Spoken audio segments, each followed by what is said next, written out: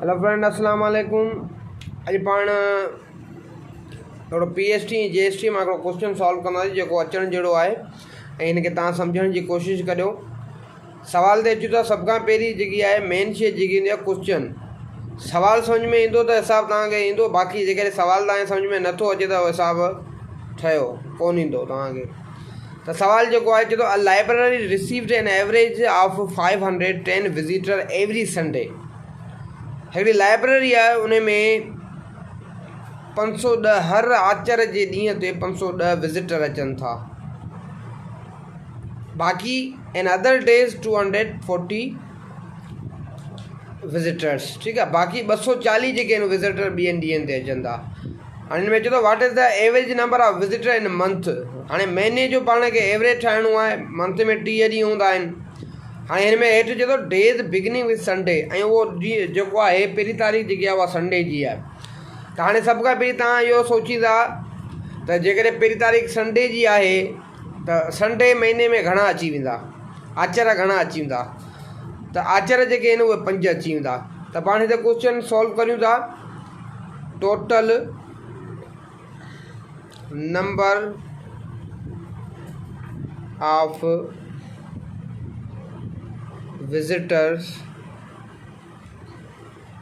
on Sunday, ठीकु आहे। त हाणे पाण हिसाबु कंदासीं त 5 आचर जेके आहिनि उहे अची वेंदा महीने में, ठीकु आहे। त हाणे हिकिड़े आचर ते घणा था अचनि 510, त पाण इहे पाण में ज़रब करे वेंदासीं ऐं हिन जो जेको आंसर निकिरंदो 2550। 5 आचरनि में हेतिरा विज़िटर ईंदा घुम, ठीकु आहे, लाइब्रेरी में। वरी उन खां पोइ छा चए थो, बाक़ी ॿियनि ॾींहंनि ते 240 अचनि था। त पाण चवंदासीं total number of visitors on other days, ठीकु आहे। हाणे ॿियनि ॾींहंनि ते कहिड़ा था अचनि, 30 मां 5 वियाला भाई बजा 25 खे तव्हां मल्टीप्लाई कंदा 240 था, ठीकु आहे। ॿियनि ॾींहंनि में 25 ॾींहंनि में 240 हर रोज़ु अचनि था। त हाणे ही पाण में मल्टीप्लाई कंदासीं त हिन जो आंसर जेको आहे 6000 अची वेंदो, ठीकु आहे।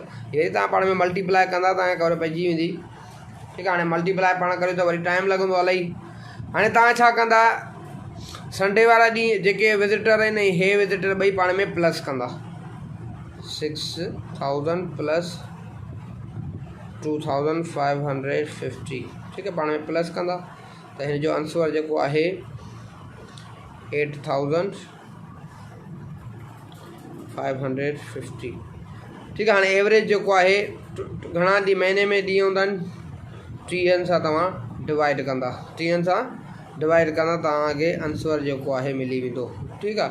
त हाणे पाण में डिवाइड कंदा जवाबु ईंदो 285, ठीकु आहे।